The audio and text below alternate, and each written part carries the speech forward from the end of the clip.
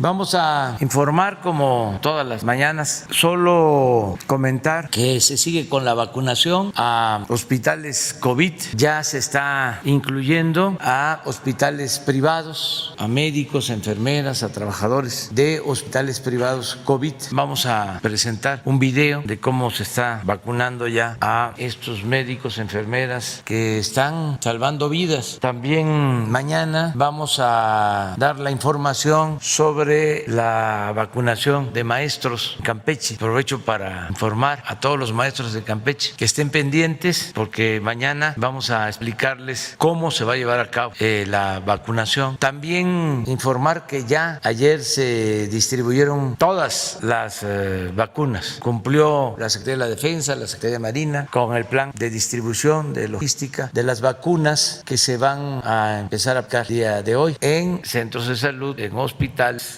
COVID, para terminar, para seguir avanzando con médicos, con los trabajadores de la salud. Pero ya están todos los estados las vacunas. Ayer terminaron en Santa María del Oro, Zacatecas. Hoy, en la madrugada, fue el último sitio. Hay también Santa María del Oro, Durán, y hay Santa María del Yarit, creo. Son 3 municipios. Y a lo mejor hay otros, pero es Santa María del Oro, Zacatecas. No es Santa María, es Concepción de la Concepción.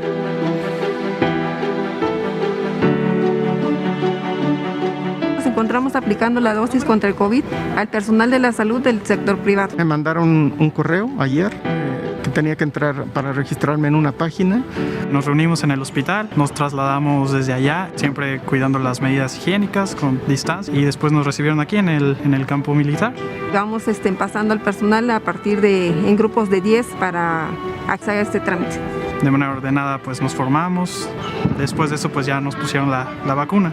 Aproximadamente 4.200 dosis. Es un momento importante como personal de salud, la verdad estoy contenta. No me imaginé que por ser un hospital particular fuera tan rápido, está muy bien organizado. Nos han dicho nuestro gobierno que sí tenemos vacunas, sí va a haber vacuna para todos. Es importante que en cuanto tengamos la vacuna para toda la población, pues todos se vacunen. Supongo yo que eligieron a aquel personal que es muy probable que pueda infectarse, los que tienen contacto directo con el paciente. Ser solidarios y cuidarse a ellos y cuidar a los demás. Felices de que a pesar de ser de sector privado, recibimos la vacuna. Gobierno de México. Ese es el informe. Ahora sí, vamos a preguntas. A ver, y luego tú. Buenos días, señor presidente. Mi nombre es Diego Elías Cedillo, por parte de Tabasco Hoy, Campeche Hoy, Quintana Roo Hoy, Diario Basta en la Ciudad de México, por parte de Grupo Cantón. Buenos días a todos y a todos. Señor presidente, con base en la toma de posesión de ayer de su homólogo, el presidente de Estados Unidos, Joe Biden, dio a conocer la agenda bilateral que se dará en todo el mundo por parte de Estados Unidos y también en México, que son buenas noticias en atención a los migrantes. Sin embargo, señor presidente, hay una inquietud que existe, yo creo, en toda la población mexicana, que es cuáles serán las cartas que tanto usted como su gobierno presentarán para volver al contexto de buenos vecinos y no solo de vecinos distantes. Obra escrita de Alan Reading, que es un retrato de los mexicanos. Esa sería la primera. Gracias. Bueno, es muy buena la relación con el nuevo gobierno. Coincidimos con la agenda que presentaron, lo que está proponiendo el presidente Biden en lo interno, el atender la pandemia, que se mejoren las condiciones, si deseamos, de contagios y de fallecimientos en Estados Unidos. A eso le va a dar atención prioritaria, lo ha estado diciendo, es como lo principal. Creo que es muy bueno porque es lo que más está dañando en el mundo, la pandemia. No es la crisis económica solamente, lo que más daño está causando es la pandemia de COVID. Eso es un sufrimiento, un dolor, eso es muy triste porque es pérdida de vidas humanas, es hospitales saturados, enfermos, contagiados, es mucha gente defendiéndose para salvarse, muchos esfuerzos, médicos, enfermeras. Eso es lo más fuerte para la sociedad y para el gobierno. Entonces, él le va a dar toda la importancia, toda la atención a este asunto tan delicado. Lo segundo, pues es también importante, aunque tiene que ver más con lo material, con los recursos económicos. Creo que va a destinar como 1.9 billones de dólares de apoyos a la economía estadounidense. Eso va a ayudar mucho en la reactivación de la economía interna y ahí nos ayuda también a nosotros, porque son 38 millones millones de mexicanos que viven, trabajan en Estados Unidos. Y al haber esta derrama económica, una buena cantidad que se va a entregar de manera directa, como lo hacemos nosotros desde hace, pues eso va a ayudar bastante a la economía. Tan es así que por eso, entre otras cosas, se está fortaleciendo nuestro peso en los últimos tiempos. Ayer estaba muy fortalecido el peso. Y lo tercero sí va directo a atender una demanda de los mexicanos, que es plan migratorio, que está proponiendo una iniciativa de ley para regularizar a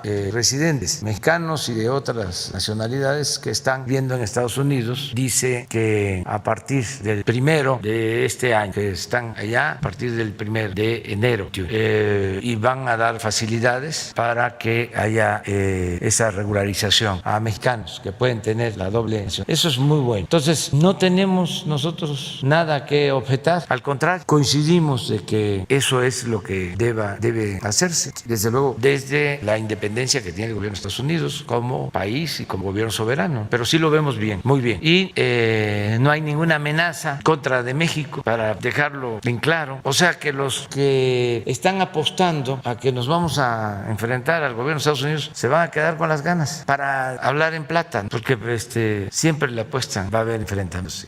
No, la política se inventó, entre otras cosas, para evitar la confrontación, para evitar la guerra. Entonces no hay ningún problema. Ahora, señor presidente, lamentablemente hay un tema en Tabasco y penosamente peor en Macuspán. Esto en atención a las becas Benito Juárez. Estas denuncias nos las han hecho llegar por las redes sociales de Tabasco Hoy, referente a que funcionarios que se encargan de estas becas en el municipio que lo vio nacer a usted han estado pidiendo moches a los jóvenes que las reciben. Usted bien ha dicho, y es más que conocido, que no se puede hacer nada sin el conocimiento de tu superior jerárquico, en este caso de tu jefe. A raíz de la administración de Francisco Javier Custodio, que es el encargado de las becas Benito Juárez Tabasco, a cargo del superdelegado Carlos Merino Campos, han tenido esta serie de denuncias, e incluso funcionarios de la misma área que lo han denunciado nos han comentado han sido cesados de su encargo. Entonces, señor presidente, aprovechando esta tribuna y el interés que usted podría tener en particular en el Estado,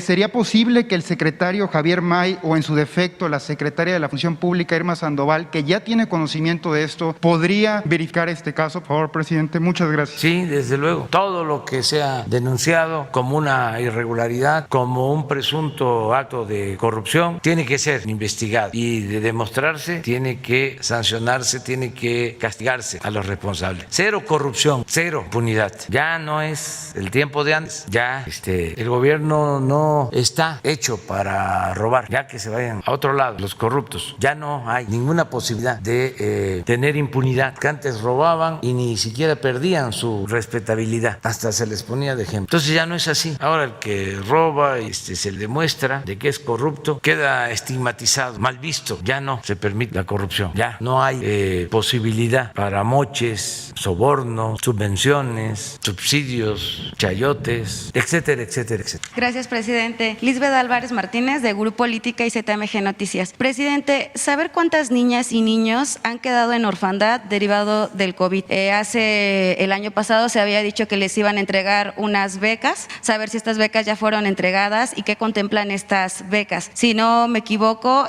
para entonces Leticia Ánimas llevaría este programa, y entonces ahora ¿quién lo va a llevar? Por favor. Sí, miren, vamos a pedir que nos informen sobre el programa de apoyo a familiares de las víctimas de COVID. Hay un programa, se está apoyando a todos. Vamos a que nos informen. Esto se maneja en el DIF, Rocío García, también Zoé. Los dos pueden informar sobre cómo van los apoyos. Pero en específico a niñas y niños, o sea, ¿cuántos han quedado en orfandad por esto? Ellos van a informarles sobre eso. Tienen toda la información y hay un programa y se está avanzando en apoyar. En el caso de Leti Ánimas, la extrañamos mucho porque era una mujer excepcional, una luchadora social, comprometida, defensora del pueblo, honesta, trabajadora. Ahí fue un golpe muy fuerte para nosotros, porque fíjense, una de las causas mejor dicho, uno de los problemas que originó la política neoliberal muchos años fue la pérdida de las convicciones en servidores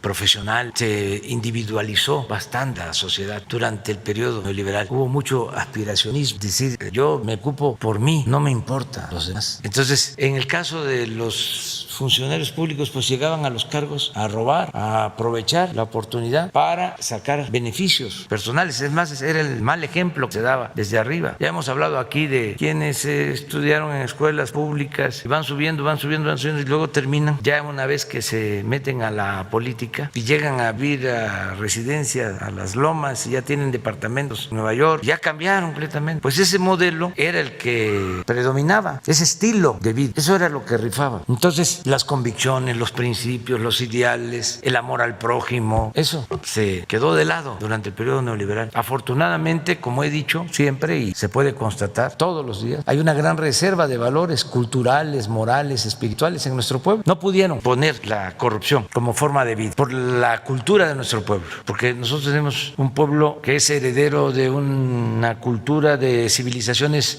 milenarias y ese México profundo existe y en ese México profundo hay un pueblo bueno, noble, honesto. Entonces no pudieron eclipsar todo, no pudieron hacer valer en lo cotidiano aquello de que la moral es un árbol que da moras, que sirve para nada. No pudieron. Hay en nuestro pueblo una actitud y una forma de ser apegada a la moral. Entonces ahora pues estamos llamando a participar a mujeres y a hombres que tengan convicciones, que quieran servir y no servirse, pero sí hicieron daño porque no importaban los valores. Imagínense llegar a decir que la corrupción era parte de la cultura del pueblo de México, llegar a eso, y luego todo el saqueo que se registró durante el periodo neoliberal es el saqueo más grande que se ha cometido en la historia de México. No saquearon tanto a México en el periodo colonial, en los 3 siglos de dominación colonial, como lo hicieron en los 36 años del periodo neoliberal, y se puede probar. Entonces fue una degeneración completa, una distorsión. Por eso están como extrañados, sorprendidos con la decisión que hemos tomado de desterrar la corrupción. ¿Cómo es esto? Muchos hasta llegan a pensar que es discurso, que es demagogia, y por eso me buscan a ver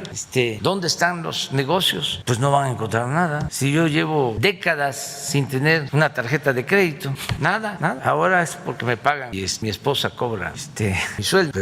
Hace unos días les comentaba yo que uno de estos periodistas que son pues muy deshonestos, no solo en lo económico, sino en lo intelectual, decía que Tren Maya se estaba haciendo para que la casa que tengo y que por cierto ya no es mía, es de mis hijos, que son 12,000 metros cuadrados, una casa que me heredaron mis padres, porque a cada hermano nos dieron 1 hectárea. Tenía mi papá ahí 6 hectáreas y a cada uno nos tocó. Es una porción. Y a mí me tocó, por ser el mayor, no solo el terreno, sino la casa donde ellos vivían. Y ya mi madre pues tenía sembrados árboles y demás, y yo he seguido sembrando. Y bueno, este periodista, Loret de Mola, dice que todo lo que se está haciendo en el sureste, o el Tren Maya, es porque yo quiero que suba de valor mi propiedad, que me beneficio con la plusvalía. Estoy a punto de decirle, bueno, a ver, te cambio la plusvalía que va a tener el terreno por tu departamento en Estados Unidos. Pero no alcanzan a comprender de que hay personas, muchos afortunadamente, que tienen convicciones, que no se venden, que no tienen precio. Entonces vamos a sustituir a Leti, ya se está buscando, tiene que ser alguien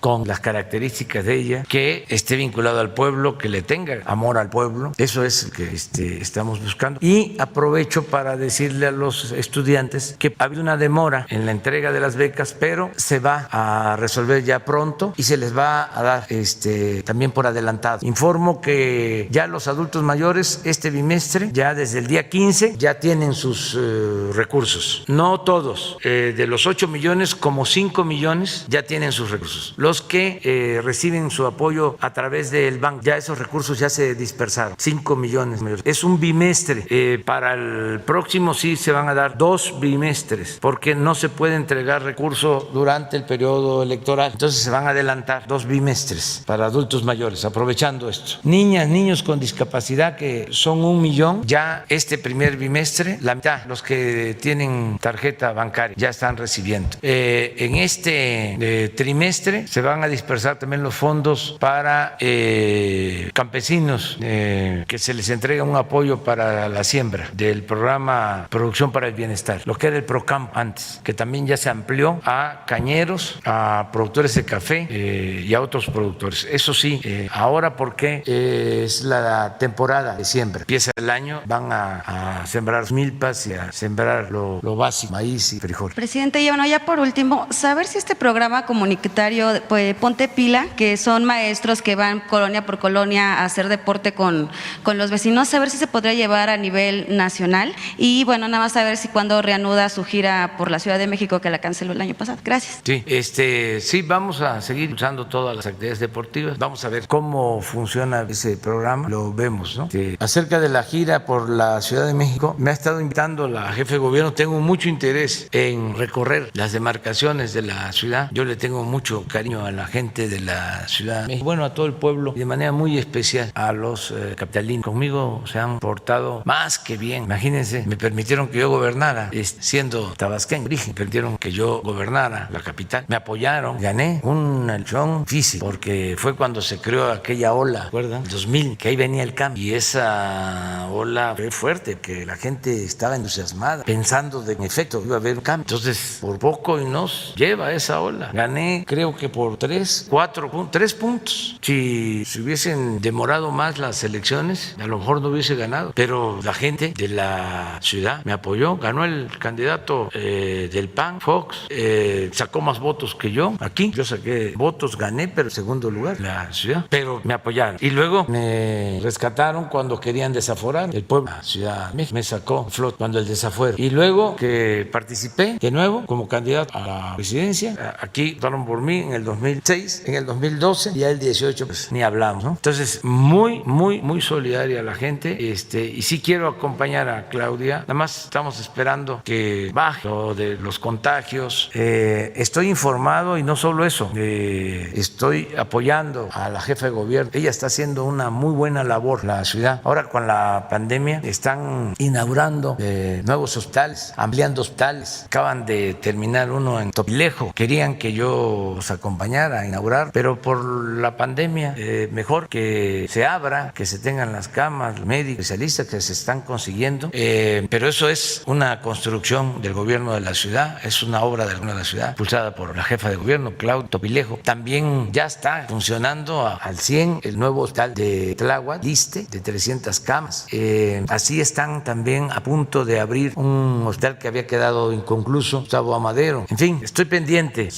Una vez que yo pueda, voy a recorrer la ciudad. A ver, espera, queda. A ver, sí vas a hablar, nada más espera. Sí, digo, sí vas a. Presidente, buenos días. Un par de temas. El primero, tanto el día de ayer como hoy se dan a conocer varios detalles sobre el expediente de Ayotzinapa, nuevas investigaciones de la Fiscalía General de la República. El día de ayer, datos que relacionan la presunta participación de militares en la desaparición de los jóvenes. Y el día de hoy, supuestos pagos a funcionarios por parte de la Organización de Guerreros Unidos. Entre los personajes que se mencionan está el jefe de la Policía de la Ciudad de México, Omar García Harfuch, y otros funcionarios del Estado de Guerrero, exfuncionarios. Sobre este tema, presidente, preguntarle, ¿tendría que investigarse al jefe de la Policía de la Ciudad de México y al resto de los personajes que son mencionados en este expediente? Está abierta la investigación. Todo esto se ha logrado porque tenemos el compromiso con padres, madres de los jóvenes de Ayotzinapa de saber lo que sucedió y sobre todo encontrar a los jóvenes. Ese es mi compromiso. Entonces estamos trabajando de manera coordinada, el Poder Judicial, que es un asunto de Estado, el que podamos esclarecer este hecho tan lamentable de injusticias cometidas. Entonces está ayudando el Poder Judicial, la Fiscalía, hay una Fiscalía Especial, se mantiene al grupo de asesores que negaron la versión de que los jóvenes habían sido quemados, basurero. Ellos, junto con otros defensores de derechos humanos, desmontaron esa horrenda mentira. Y ahora se está haciendo la investigación, se están dictando órdenes de aprehensión, se está avanzando mucho en la investigación, pero todavía no está concluida la investigación, está en proceso. Eso que publicó el Reforma está en el expediente de la Fiscalía. No sé cómo lo obtuvieron, pero es real, o sea, no es apócrifo. Y sí, ya se tienen detenidos a más personas, ya hay detención de un capitán del ejército y está abierta la investigación. No hay todavía ningún resultado definitivo, ¿no? Lo que cada vez es más evidente es de que se fabricó la versión que originalmente jóvenes en Estados Unidos los habían agarrado y se ha quemado sitio basurero. Eso ya todo indica de que no obedece a que sucede, que no es real. Hay otras versiones y eso es lo que se está investigando. Se le está dando garantías a los que están detenidos. Aquí aprovecho también también para que lo tomen en cuenta, de que todo el que nos ayude informando va a tener consideración en el marco de la legalidad, pero se le va a proteger, porque lo que se está buscando es romper el llamado pacto de silencio, que imagínense, 43 y desaparecidos, hay hasta ahora 80 presos, y no tener todavía qué fue lo que sucedió, teniendo la voluntad de aclarar las cosas, porque yo no puedo mentir padres a las madres de familia, no le puedo mentir al pueblo. Entonces, teniendo la voluntad de que se aclare, porque vamos a terminar aclarando, aunque nos ha costado trabajo, porque hay en efecto esta especie de pacto de silencio, nada más que poco a poco vamos avanzando, y yo tengo mucha confianza de que vamos a saber lo que sucedió, y no queremos solo basarnos en una versión. Por ejemplo, esa declaración que dio a conocer el Reforma, pues ahí ya se dice qué fue lo que sucedió, lo dice un testigo, pero no podemos decir esto fue lo que pasó hasta no probar todo y investigar más, porque no se trata de hacer otra faramaya, otra versión falsa, nada más para decir ya se cerró el caso, darle carpetazo. No, tienen que participar los asesores, los padres, madres del joven, desde luego todas las autoridades. Tiene que haber un acuerdo cuando se tengan todos los elementos y se puede informar al pueblo sobre lo que sucedió. Y lo más importante, encontrar a los jóvenes. Es todo un desafío, pero tenemos la voluntad de hacerlo. Parte de este trabajo y esta voluntad de esclarecer el caso, tendría que investigarse a estos personajes que son señalados. A todos. No, eso es muy claro. Nosotros no establecemos relaciones de complicidad con nadie. Por eso somos distintos, no somos iguales. Lo digo con todo respeto a los anteriores gobernantes. Por eso les cuesta mucho a la prensa conservadora enfrentarnos. Pueden inventar, pueden calumniar, pero argumentar de que somos iguales, de que somos corruptos, de que somos cómplices, de que hacemos enjuagues con grupos de intereses creados, no, eso no. Por eso está muy bien, muy bueno el debate en estos tiempos, muy bueno el debate en este aspecto. Y nosotros siempre vamos a garantizar el derecho a disentir y a la libre manifestación de las ideas, y no a la censura. También otro asunto que también debe considerarse, la transparencia, no ocultar nada. Cuando hablo de que ese documento salió del expediente, la Fiscalía, lo menciono porque siempre se recurre a lo del debido proceso, ¿no? Y sin embargo hay filtraciones, que es el caso de esta ocasión. Pero la verdad, eso no es lo esencial. Lo importante es la justicia. En el caso ahora del general Cienfuegos, que porque ordenamos que se diera a conocer el expediente, que podía haber alguna violación legal, no hay. Pero también siempre hay que poner por delante la ética. Es como poner la justicia por delante, la justicia sobre el poder incluso. Entonces, la transparencia es una regla de oro de la democracia. Sí, el debido proceso hay que cuidar, pero no por eso no dar a conocer pues lo que el pueblo tiene que saber. Imagínense cómo se daña un país, cómo se afectan las instituciones si no se da a conocer por qué motivo, en este caso, la Fiscalía tomó la decisión de no ejercer acción penal y se queda el expediente ahí. No, acaban con todo los adversarios, los conservadores. ¿Dónde está la transparencia? No que no eran iguales, pero dijimos, va el expediente. Se van a molestar los de la DEA. Pues ofrecemos disculpa, pero que quede a salvo el prestigio de México, de las instituciones. Y también ya que quede como lección de que no se pueden fabricar delitos, sea quien sea la persona. Entonces eso es lo que estamos haciendo. Gracias, presidente. Y en un segundo tema me gustaría retomar el asunto de Estados Unidos, preguntarle cuándo tiene planeado o previsto hablar con el nuevo presidente estadounidense, qué temas abordará además del tema migratorio, sobre todo después de las sanciones por el tema de la DEA y una comunicación de los todavía funcionarios de Donald Trump en el tema de la política energética mexicana. Pues la verdad que ya hablamos, tuvimos una muy buena conversación desde Valladolid, Yucatán, con el presidente Biden. Hablamos teléfono y tocamos todos los temas. Y ya se estableció la comunicación entre servidores públicos del gobierno de Estados Unidos y los servidores públicos de México. Ya están enlazados, están trabajando de manera conjunta. No hay nada que sea urgente. Pues, lo que él plantea coincide con lo que nosotros estamos haciendo. Lo vemos bien. Ahora, si hay necesidad de hablar por teléfono, pues lo hacemos. Pero no es urgente. Por el momento no ve necesario volver a hablar con Biden. No hace falta. O sea, le deseamos lo mejor y con nosotros no va a haber problema. Él lo sabe y nosotros también sabemos que no vamos a tener problema con su gobierno porque pues todo está muy claro. Va a haber respeto mutuo, respeto a la soberanía. Y el asunto energético pues se va a ver en su momento. Yo nada más quiero aclarar a los críticos nuestros, a la prensa conservadora de que cuando se aprobó el tratado nosotros procuramos que el tema energético no quedara incluido en el acuerdo y que en materia de petróleo se estableció incluso un capítulo amplio que no aceptamos, que querían una integración en materia energética, incluyendo el petróleo. Entonces no entró el tema del petróleo en el tratado. Esto fue un motivo de una diferencia de fondo, se rompieron las pláticas. Yo todavía era presidente electo, pero no acepté como estaba redactado el capítulo energético. Se rompieron las pláticas, tuvieron presiones y a la semana hicieron una consulta al presidente Trump y él estuvo de acuerdo en nuestra propuesta. Y a ver si Marcelo Ebrard, mejor nos está escuchando, nos manda cómo quedó el texto, porque es un párrafo 2 en el tratado, para que esto se aclare, porque a lo mejor no lo saben los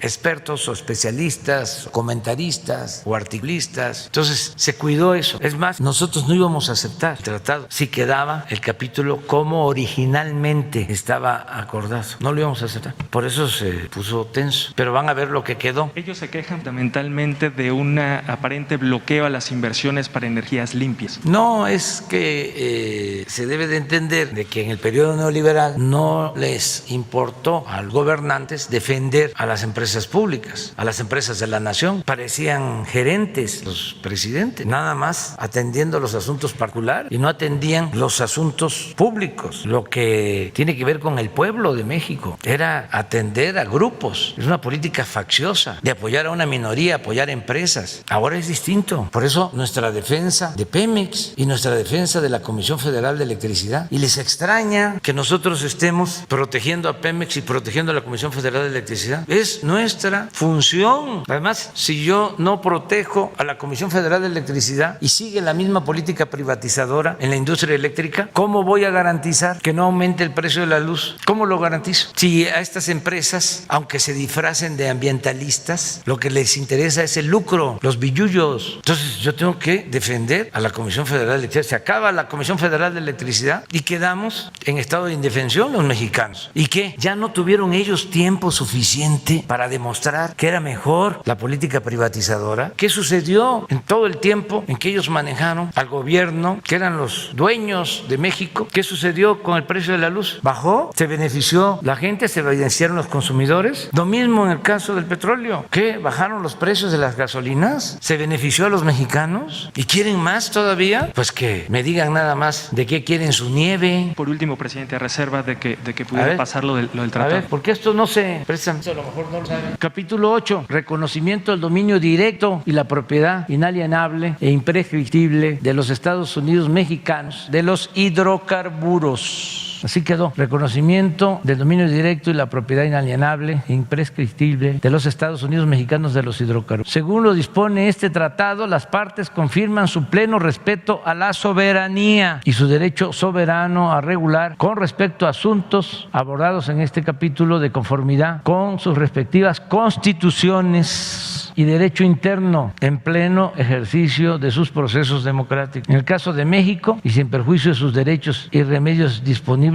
conforme a este tratado, Estados Unidos y Canadá reconoce que México se reserva su derecho soberano de reformar su constitución y su legislación interna. Hasta ahí la dejo, pero lo vamos a terminar, porque esto es todo el capítulo. Eran como 100 hojas y ahí sí estábamos, nos tenían bien apergollados. México tiene el dominio directo y la propiedad inalienable y prescriptible de todos los hidrocarburos en el subsuelo del territorio nacional, incluida la plataforma continental y la zona económica exclusiva situada fuera del mar territorial y adyacente a este, en mantos y yacimientos, cualquiera que sea su estado físico, de conformidad con la Constitución Política de los Estados. Pero esto es muy importante. México se reserva el derecho soberano de reformar su Constitución y su legislación interna. Entonces, esto es lo que establece el tratado. Entonces, nosotros dejamos libres, no comprometimos todo lo que es el sector energético. Por eso. ¿Quiere decir, presidente, que no habrá ningún cambio ni flexibilización en esta política? No va a haber cambio. No va a haber cambio porque no vamos a seguir con la política de desmantelamiento de las empresas de la nación y que no les extrañe. Ellos, como cualquier país en Estados Unidos, defienden sus ramas económicas estratégicas.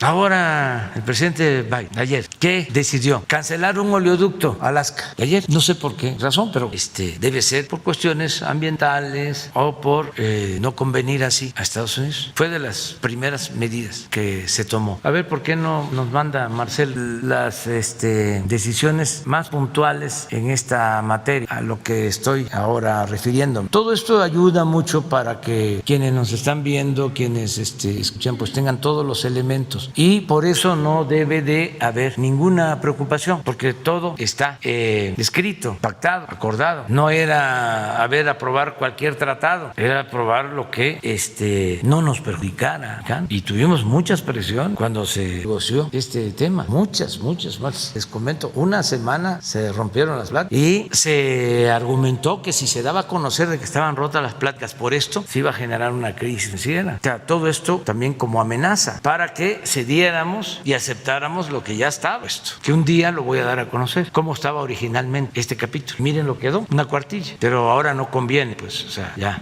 amor y paz. Y por último, presidente, de manera muy rápida, en el caso de Campeche. Estos son los primeros decretos presidenciales. Yo creo que es lo del oleoducto. Ese es, ¿verdad? No sé, desarrollarlo o cancelar. Entendí de que era cancelar. A ver, preguntar. Están bien, muy bien. Lo del muro es muy bueno porque yo les comentaba de que todos los presidentes hacían su pedazo, su trecho de muro. Era así como manda, todos, demócratas y republicanos, en los 3.180 o 3.200 kilómetros de frontera, considerando todo lo que incluye el río Bravo. A ver si no tienen ahí lo de, mientras nos aclaran, lo de cómo se construyó el muro o lo que hay de construcción de muro. Por eso es muy bueno que, quizá, sí, 3.200 kilómetros. Miren, Clinton, 100 kilómetros, Bush, 880, Obama, no, este es el acumulado, no, esto es lo que hicieron cada uno, esto es cómo se va acumulando. 100 Clinton, 781 kilómetros Bush, 222 Obama, 386 Trump. Entonces, el que diga el presidente Biden que ya no se construye el muro, quiere decir que en estos 4 años, cero. Cero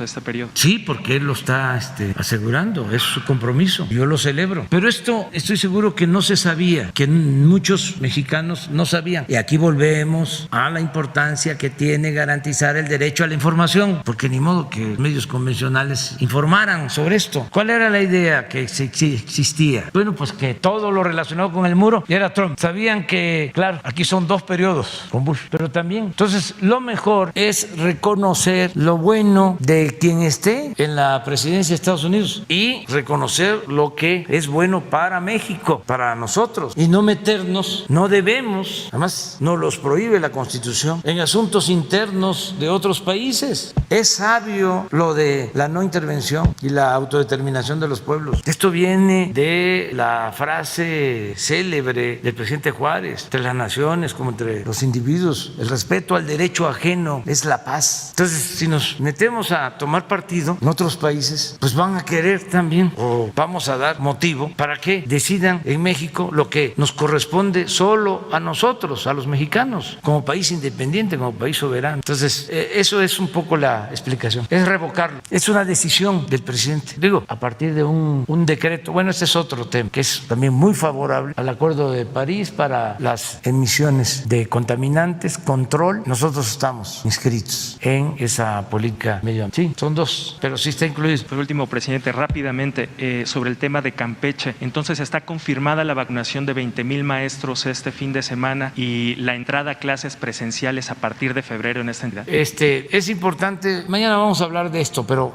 se habló de 20,000 trabajadores de la educación. No solo son maestros, sino también los que cuidan las escuelas, conserjes, inspectores, todos los que tienen que ver con la educación. Y se está también revisando el censo, porque hay maestros que tienen doble plaza, porque dan clases en la mañana y en la tarde. Entonces se está revisando bien el censo. No es para regresar a clases a partir de la próxima semana, porque faltaría la segunda dosis. Es iniciar ya, adelantar.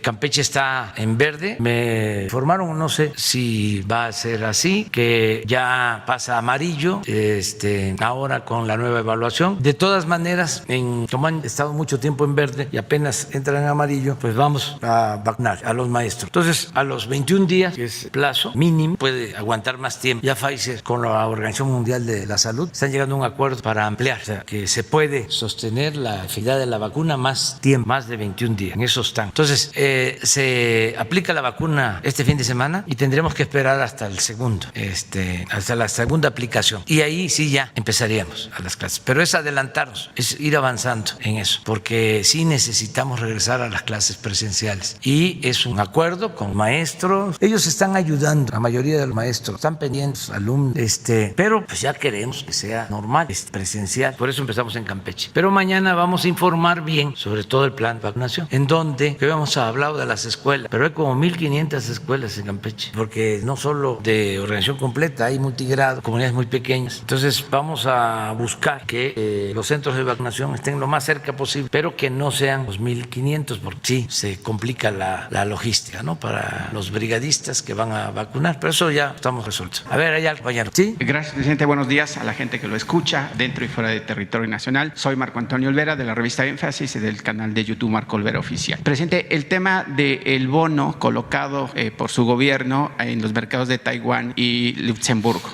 México accedió por primera vez al mercado Formosa de Taiwán, donde colocó un nuevo bono de referencia a 50 años por $3,000 millones a una tasa de rendimiento de 3.75% y una tasa PON de 3.75%. Esta operación se realizó a través de un doble listado y se ejecutó simultáneamente en dos mercados, la Bolsa de Valores de Taiwán y la Bolsa de Valores de Luxemburgo, respectivamente. El objetivo de este doble listado, es decir, en dos bolsas al mismo tiempo, fue diversificar la base de inversionistas y acceder a nuevos mercados. La operación alcanzó una demanda máxima de $10,000 millones, equivalente a 3.33 veces el monto colocado, y participaron 210 inversionistas institucionales a nivel internacional. La oferta se realiza tras las recientes colocaciones de deuda de países como Perú, y Brasil, e incluso la emisión de papeles comerciales en dólares por parte de un productor de ron de origen venezolano a finales de noviembre del año pasado. Los inversionistas extranjeros están comprando la deuda mexicana después de que el peso barriera la mayor parte de pérdidas durante el 2020. Son dos preguntas sobre este tema, presidente. ¿Cuáles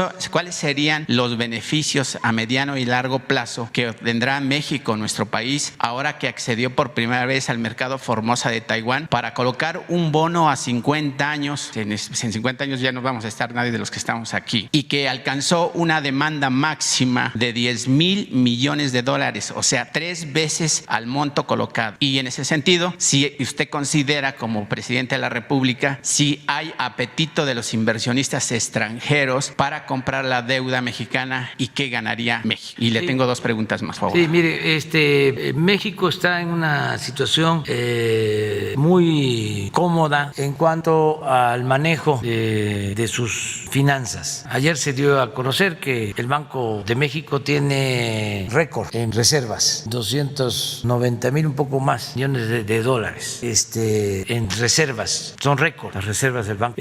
Otro dato importante es que ya nos estamos recuperando, ya está creciendo la economía, no nos endeudamos más allá de lo que significó la caída de la economía, no hubo deuda adicional y se está fortaleciendo el peso. No sé cómo usted ahora, este es todo el gobierno, sí, pero aquí hay una apreciación, desde que estamos en el gobierno, el peso se ha apreciado. ¿Se acuerdan cómo decían? De que iba a ser no sé qué país, por respeto a ese país no lo menciono, y que iba a haber fuga de capital. A ver cómo está el dólar de hoy. Mire, ya estamos como en marzo, como antes de la pandemia, marzo del año pasado. A ver si no está la gráfica de todo el periodo, la gráfica. Entonces, todo esto es importante y en efecto, Hacienda recurrió a otros mercados para llevar a cabo esa negociación, para emitir ese bono, y tuvo mucha demanda porque tenemos finanzas públicas sanas. Ahora, el bono no significa deuda nueva, es una reestructuración de deuda. O sea, lo que buscamos, ahí está, pues ya estamos como en marzo,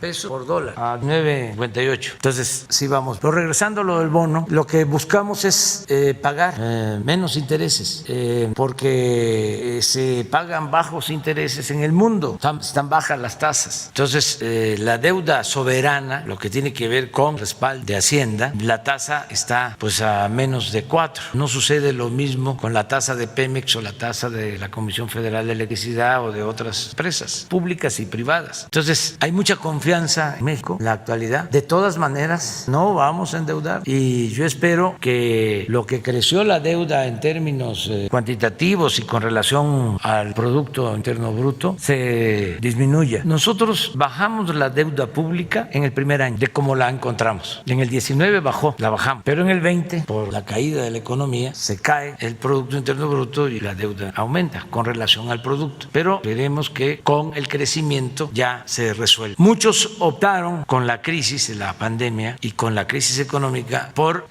solicitar deuda adicional. Y a veces nos miden. Hace poco salió un reportaje. Somos de los países que menos deuda contratamos. Pues sí, porque si nos hubiésemos endeudado, pues no solo es más deuda para los mexicanos, sino también más pago de servicio de la deuda. Entonces el presupuesto se compromete y ya no alcanza para el desarrollo, para la educación, para la salud, para las pensiones, y lo tenemos que destinar al pago de servicio de deuda, a pagar intereses de deuda. Entonces por eso nuestra política, pero en efecto nos ha ido bien y yo estoy muy contento con los técnicos, los economistas de Hacienda, están haciendo bien su trabajo. Sí, una segunda pregunta, presidente, si me lo permite.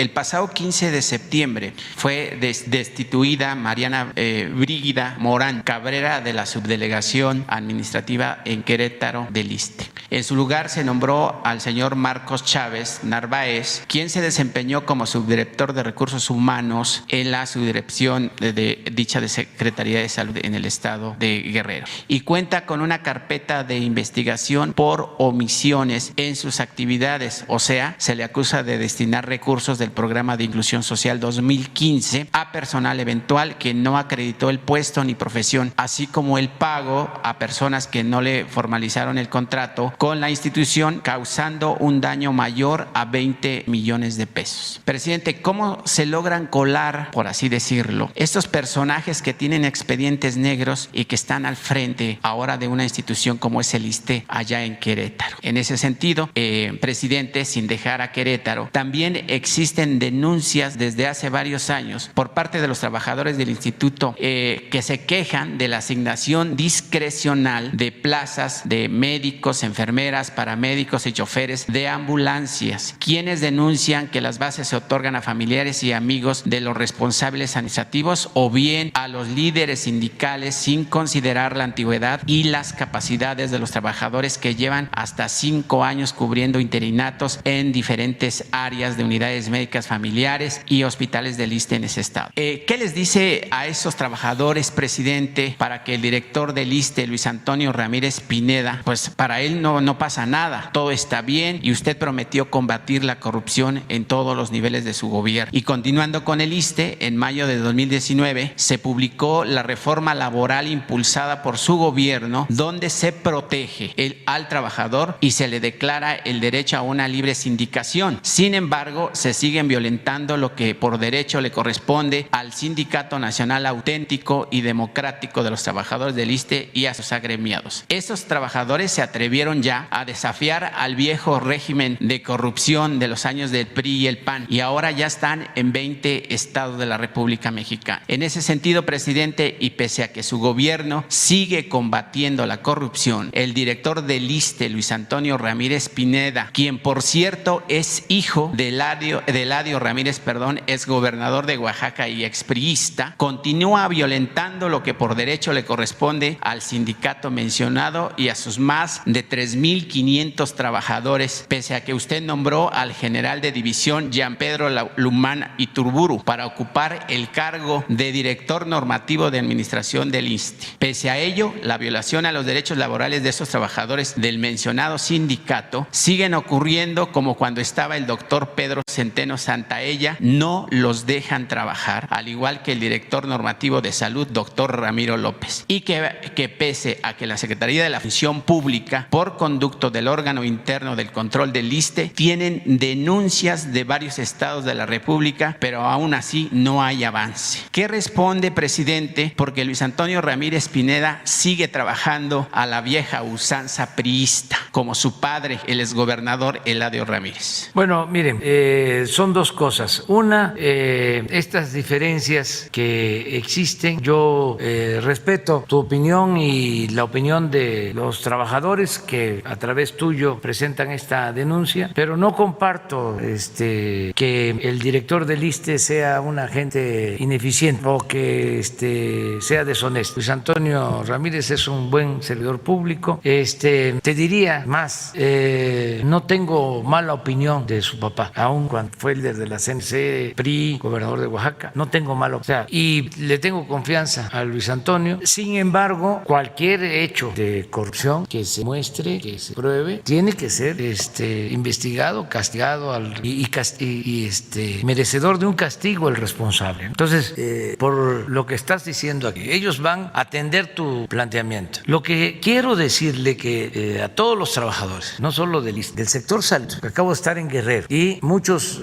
trabajadores de la Secretaría de Salud están contratados como eventual por contrato y llevan muchos años. Hice un compromiso que se les va a basificar todo en el sexenio. Son alrededor de 80,000 en todo el país y voy a cumplir. Yo creo que esto a los trabajadores les va a gustar, que ya lo he dicho, pero que no piensen que se me olvidó. Ahora con la pandemia hemos contratado a más de 70,000 trabajadores del sector salud. Entonces por eso se detuvo el proceso de basificación, pero lo vamos a hacer y se va a llevar a cabo sin influyentismo. Vamos a empezar a basificar a los que tienen más antigüedad. Nada de recomendaciones, ni de funcionarios ni de dirigentes sindicales. Va a ser de acuerdo a la antigüedad. Esa es una información que aprovecho para transmitir. Acaban de estar conmigo los trabajadores de la salud de Guerrero, ya de instrucción para que se les atienda, y así va a ser. Nada más que no lo podemos hacer todo de la noche a la mañana, y además se nos presentó esta circunstancia difícil de la pandemia, pero mi propósito es que antes de que termine el gobierno estén regularizados todos los trabajadores del sector salud. Ese es y tomamos en cuenta lo que estás planteando. Gracias, presidente. El día de antier, más bien durante esta semana, se ha generado una ola de opiniones de especialistas en derecho internacional con el tema del general Salvador Cienfuegos, la Fiscalía General de la República encabezada por el doctor Hertz Manero y por supuesto por la conductora Carmen Aristegui, que más bien parece ya vocera de la DEA, pero más bien es el títere de CNN en Atlanta. También estaba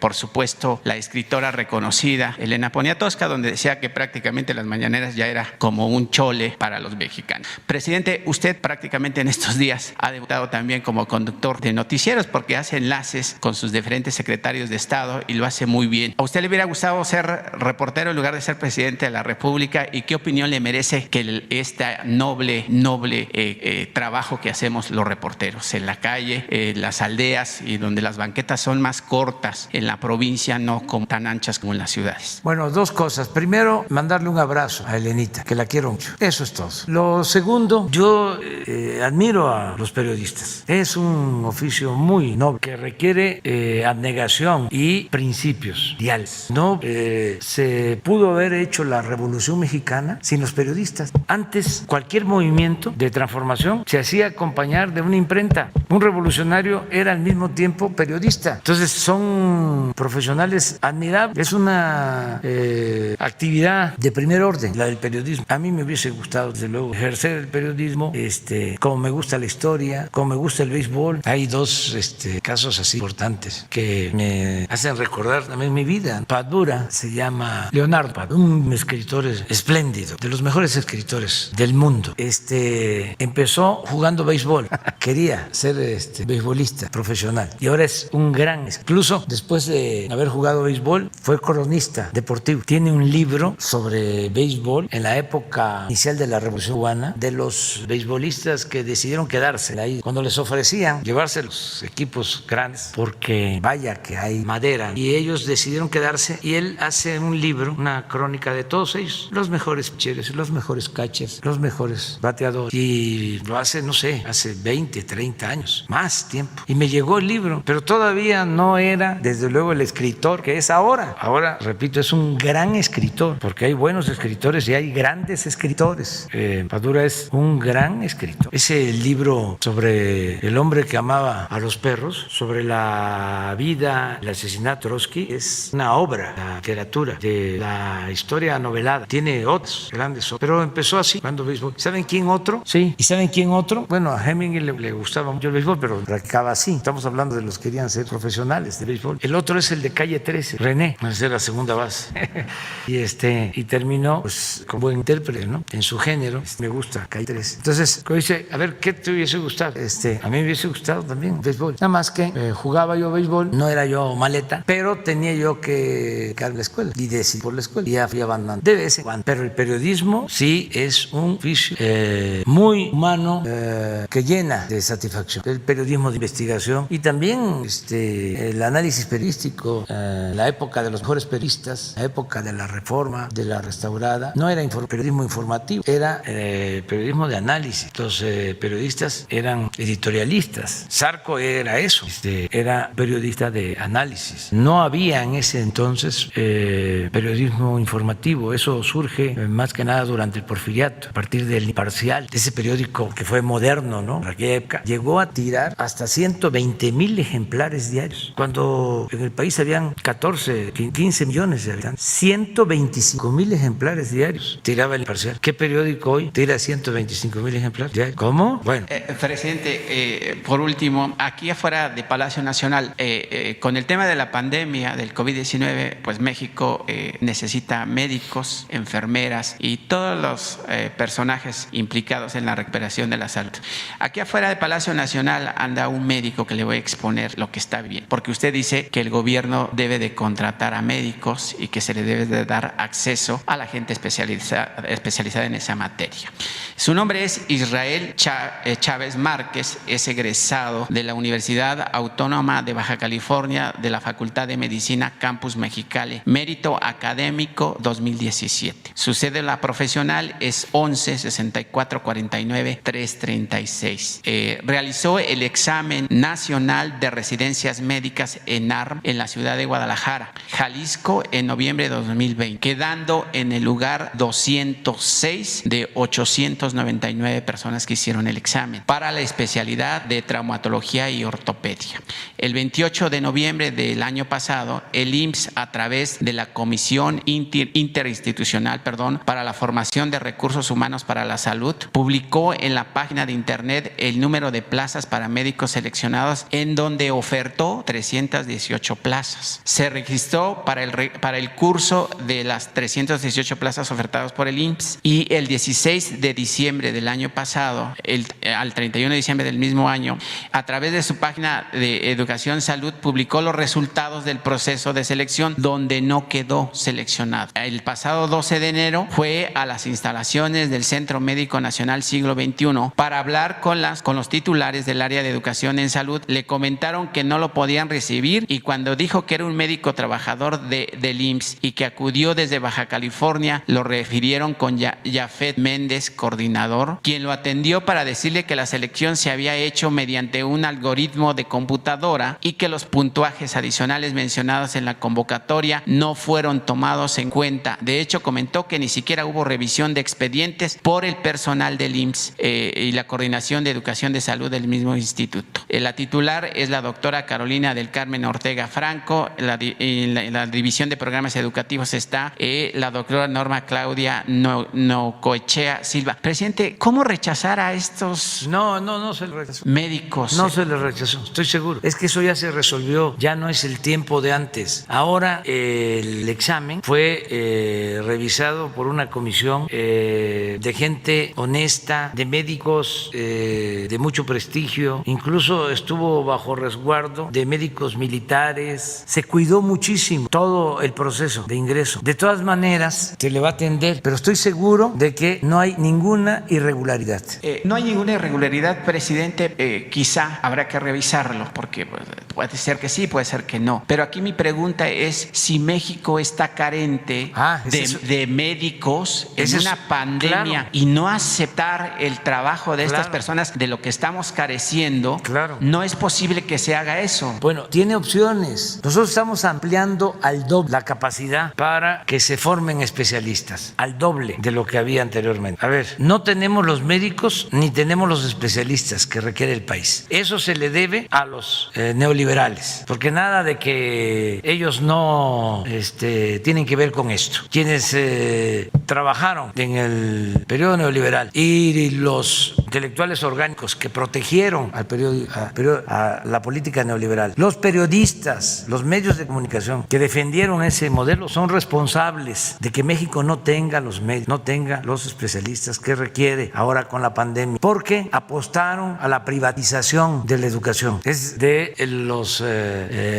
frutos podridos de la política el que no tengamos los médicos y los especialistas, porque se aplicaban exámenes de admisión y no había cupo y se rechazaba a muchos que querían estudiar, ingresar a la licenciatura y luego a la especialidad. Bueno, estamos haciendo un esfuerzo para que no se queden sin estudiar los que quieran hacerlo. Cero rechazos. Entonces aumentamos de 8,000 plazas al doble de plazas para especialistas con becas, porque durante mucho tiempo no les importaba ampliar oportunidades. Pero no solo eso, todo el que quiera irse becado al extranjero para hacer su especialidad tiene ese derecho garantizado. ¿Qué pasa con este médico? Esa especialidad es posible que no tenga espacio, porque para especializar a los médicos hay que tener los hospitales donde hagan sus prácticas, que son hospitales escuelas. Se están habilitando hospitales escuelas para poder dar atención a todos, recibirlos a todos que se pueda. Pero no es posible ampliar más. O sea, hay límites. Ayer me estaba diciendo el doctor Alcocer, y esto también es cierto, hay ciertas especialidades, hay especialidades que tienen más demanda porque tienen más mercado, para decirlo así con toda claridad, y hay otras especialidades con menos demanda. Me decían, por ejemplo, que para la especialidad de médico familiar, que es importantísimo el médico familiar, había espacios sin cubrir. Entonces, de todas formas, estamos ya viendo convenios con países extranjeros, con Estados Unidos, con el Reino Unido, con Argentina, con Cuba, para mandar a especialistas. Pero no es de ninguna manera un asunto de manipulación del examen. Eso es lo que no creo. Pues que lo atiendan a la mejor. Sí, lo van a atender. Ahora mismo lo van a atender. Pero es sobre estas consideraciones. Si no salió con esta especialidad, tiene la posibilidad de recibir una beca y de hacer la especialidad en el extranjero. En tanto nosotros ampliamos más espacios en México. Presidente, con el tema de la pandemia, obviamente hay carencia de hospitales y de médicos y demás, pero es el resultado de que no se invirtió porque seguimos utilizando esos hospitales o el servicio de los médicos como si tuviéramos 80 o 40 millones cuando somos 130 millones de mexicanos. Se dejó de invertir en educación pública y en salud porque se buscaba poner la educación y la salud al mercado, privatizar la salud, privatizar la educación. Afortunadamente no avanzaron mucho. Imagínense, nos agarra más avanzada la privatización en salud con esta pandemia. Entonces, si hemos podido enfrentar la pandemia y que no le falten las camas a la gente, es porque hemos hecho un esfuerzo desde el Estado para garantizar esta infraestructura, pero sí fue mucho el déficit que se heredó en salud y en educación. ¿Cuánto tiempo le llevará a su gobierno estabilizar, digamos, el sector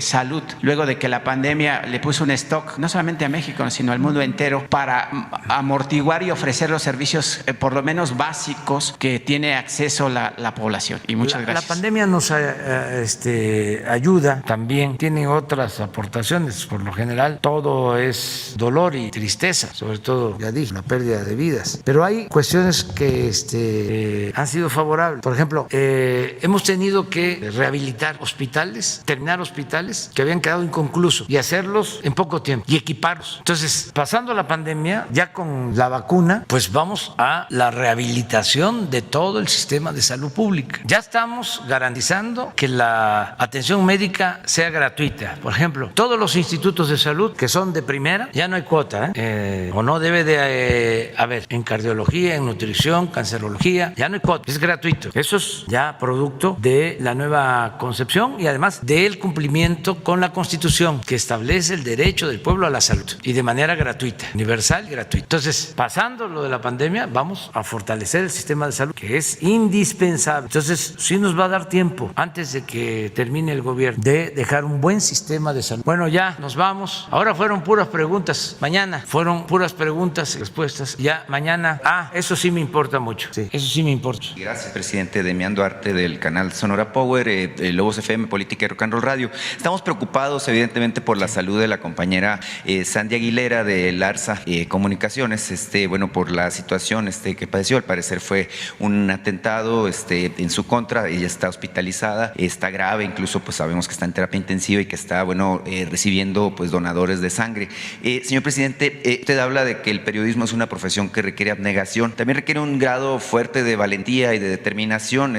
Lamentablemente en México el periodismo sigue siendo una profesión peligrosa. El año pasado hubo 4 periodistas asesinados, muchos hemos sido amenazados, muchos otros hemos sido agredidos. Entonces, señor presidente, pedirle, de parte de su gobierno, pues una manifestación al respecto de la situación que padece el gremio. Gracias. Estamos muy pendientes. Sandy tiene la protección, desde el principio ha tenido la protección. Vamos a seguir ayudándole. Todos deseamos que se recupere. Mandamos un abrazo a ella, a sus familiares, y vamos a investigar bien. Les vamos a informar de lo sucedido. Es posible que mañana ya tengamos un informe sobre lo que sucedió con esta compañera, y nos solidarizamos con ella y reprobamos todo tipo de agresión al periodismo y a cualquier persona. Eso es lo que puedo contar, ¿sí? Pero sí estamos pendientes. Qué bien que lo tratas. Yo lo iba a plantear para decir que estamos dándole seguimiento, estamos muy cercanos a este caso, muy pendientes está sucediendo. Y les vamos a informar mañana, todos los periodistas y a todas las sobre esa. Muy bien, muchas gracias.